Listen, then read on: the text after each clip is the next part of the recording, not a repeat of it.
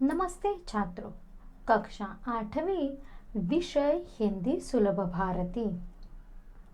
छात्रों, हम देख रहे थे इकाई क्रमांक 1 का पाठ क्रमांक 7 मेरे रजा साहब। लिखा गया था लेखिका जो कि चित्रकार है सुजाता बजाज जी, इनके द्वारा। पहले पूर्वार्ध में हमने देखा कि किस प्रकार से रजा साहब ने लेखिका सुजाता बजाज जी की चित्रकला को पहचाना, उनकी कला को विशेष रूप से ज्ञान मिलने के लिए किस प्रकार से उन्हें मार्गदर्शन किया।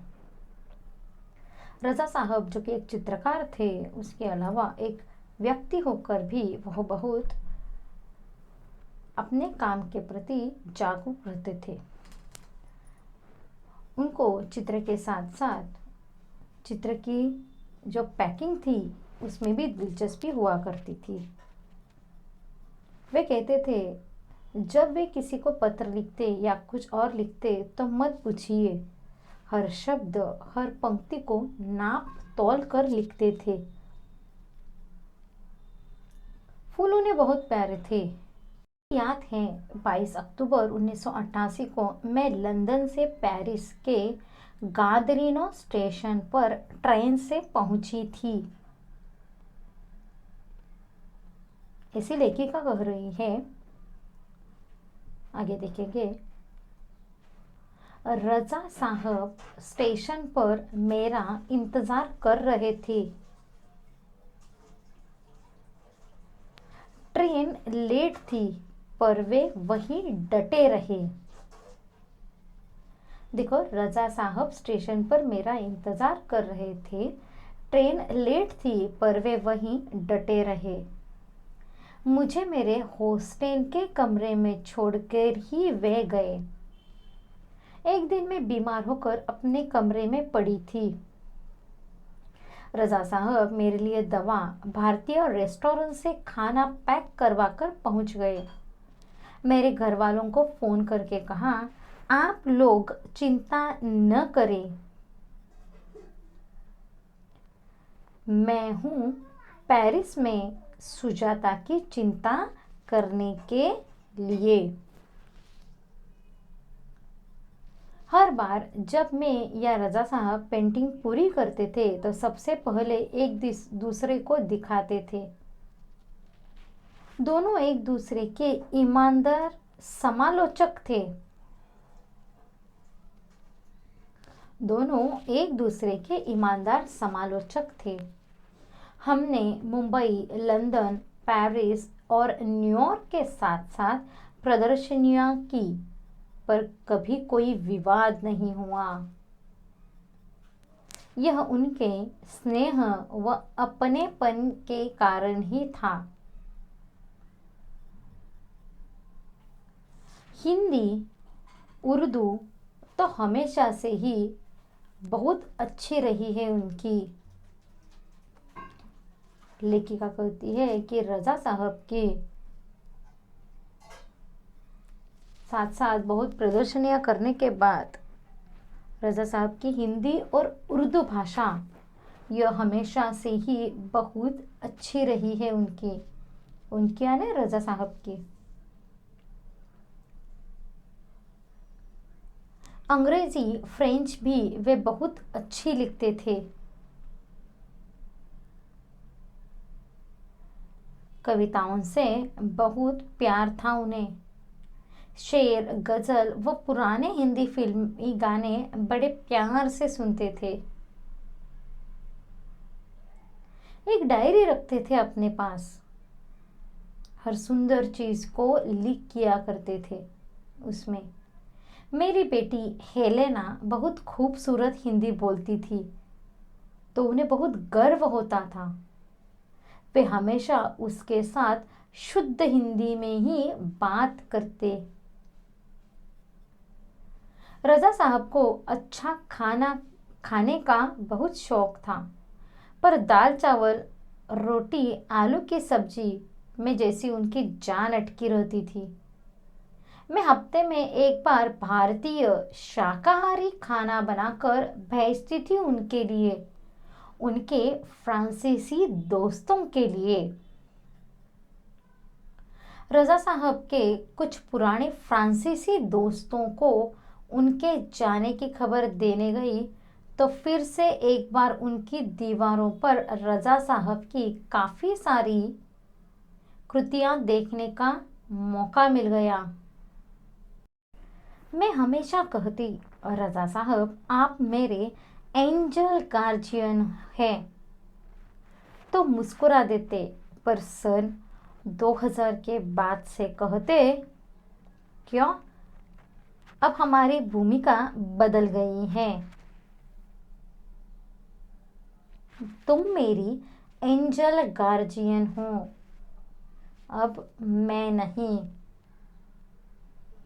देखो, एक कलाकार व्यक्ति होने के बाद भी एक सामाजिक दृष्टिकोण से सर्वधर्म समभाव समझने वाले, अपने से छोटे होने वाले भी कलाकारों को उतना ही लगाव करने वाले, ऐसे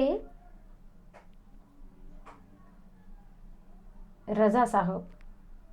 हमने शुरुआत में देखा कि सुजाता जी को 23 जुलाई में जब पता चला कि रजा साहब नहीं रहीं, तो उनके मन में बहुत सारी घटनाएं एक के बाद एक आने लगी। उसके पहले वर्ष में ही उनकी प्रदर्शनी के उद्घाटन समारोह पर एक दिन पहले उन्हें सपने में रजा साहब दिखाई दिए। रजा साहब सर्वधर्म समभाव के अभिलाषी थे। उन्हें सभी धर्मों और जातियों से उतना ही लगाव था। गणपति पूजना, चर्च जाना, बाइबल पढ़ना, इन सारी चीजों को वह अपनी लगाव से करते थे।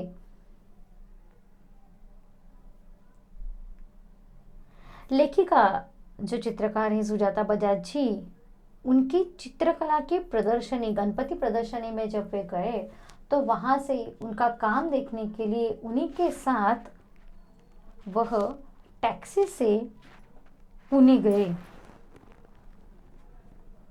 पुणे जाने के बाद इन अच्छी चित्र को देखकर रजा साहब ने वही कहा कि तुम्हारा भविष्य उज्जवल है। पैकिंग के साथ साथ, चित्र के साथ साथ पैकिंग में भी उनकी रुचि बहुत थी। वह हमेशा कहते थे कि जिस प्रकार से लड़की ससुराल जा रही है उसे संभल कर भेजना है। ऐसे थे रजा साहब। जब भी किसी को पत्र लिखते तो मत पूछिए, हर शब्द पंक्ति को नाप तोल कर वह लिखते थे। फूल उन्हें बहुत पसंद थे। 22 अक्टूबर 1988 में जब लेखिका लंदन से पेरिस के गार्दिनो स्टेशन पर पहुंची, ट्रेन लेट थी, पर रजा साहब वही डटे रहे। डटे रहना, खड़े रहना, राह देखना, इंतजार करना। एक दिन लेखिका जब बीमार थी तब वह दवा और भारतीय रेस्टोरेंट के साथ खाना पैक करवा कर लेके आए और लेखिका के घर वालों को खुद फोन करके कहा कि मैं हूँ सुजाता जी की चिंता करने के लिए, आप फिक्र मत कीजिए, आप चिंता न कीजिए, मैं हूँ उनके साथ। हमेशा सुजाता जी और रजा साहब जब अपनी अपनी पेंटिंग पूरे करते थे तो वह एक दूसरे को दिखाते थे। वह एक दूसरे के अच्छे समालोचक थे। समालोचक यानी बच्चों गुण दोष आदि को स्पष्ट रूप से बताना। कई जगहों पर जैसे Mumbai, London, Paris, New York, Bharat के बाहर भी उन्होंने अनेक चित्रकला की प्रदर्शनियां की, लेकिन कभी उनके बीच विवाद नहीं हुआ। बड़ा ही स्नेह, अपनापन उनके पास था। रजा साहब की विशेषताओं में यहाँ और एक बताया है कि उन्हें हिंदी और उर्दू बहुत अच्छा आता था, पर उसी के साथ फ्रेंच और अन्य भाषाओं का भी ज्ञान बहुत अच्छा था। गाना सुनना यह उन्हें बहुत पसंद था। उसी के साथ अपनी डायरी रखते थे वह एक। सुजाता जी की बेटी जिसका नाम है हेलेना, वह बहुत ही खूबसूरत शुद्ध हिंदी बोलती थी, तो रजा साहब को उन पर गर्व था। चित्रकला के अलावा रजा साहब को खाने के भी बहुत शौकीन थे, पर दाल चावल, रोटी और आलू की सब्जी, इनमें उनकी जान अटकी थी। जान अटकना यानी अपने मन में वही बात होना, अपना मन वही स्थिर होना।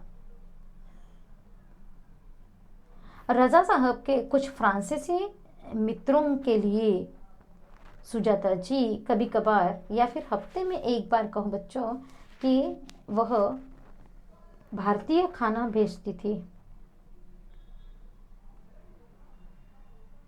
सुजाता जी हमेशा ही रजा साहब को कहती थी कि आप मेरे एंजल गार्जियन।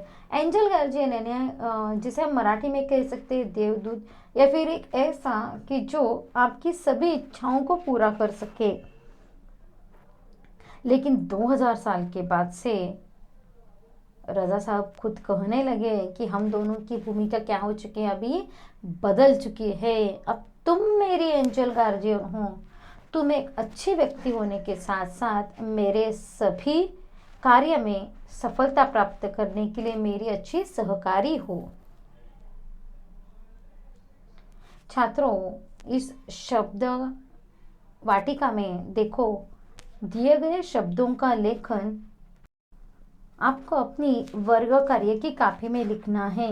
इसके अलावा जो कुछ शब्द हमें पढ़ते समय वीडियो में देखे हैं, जिनके अर्थ समझ में आए हैं, उन सभी शब्दों का लेखन आपको अपनी वर्ग कार्य की कॉपी में आज के दिनांक लिखकर लिखना है। पाठ का उचित वाचन कीजिएगा। दिए हुए शब्दार्थों का कॉपी में लेखन कीजिएगा। आज के लिए हम यही रुकेंगे। धन्यवाद।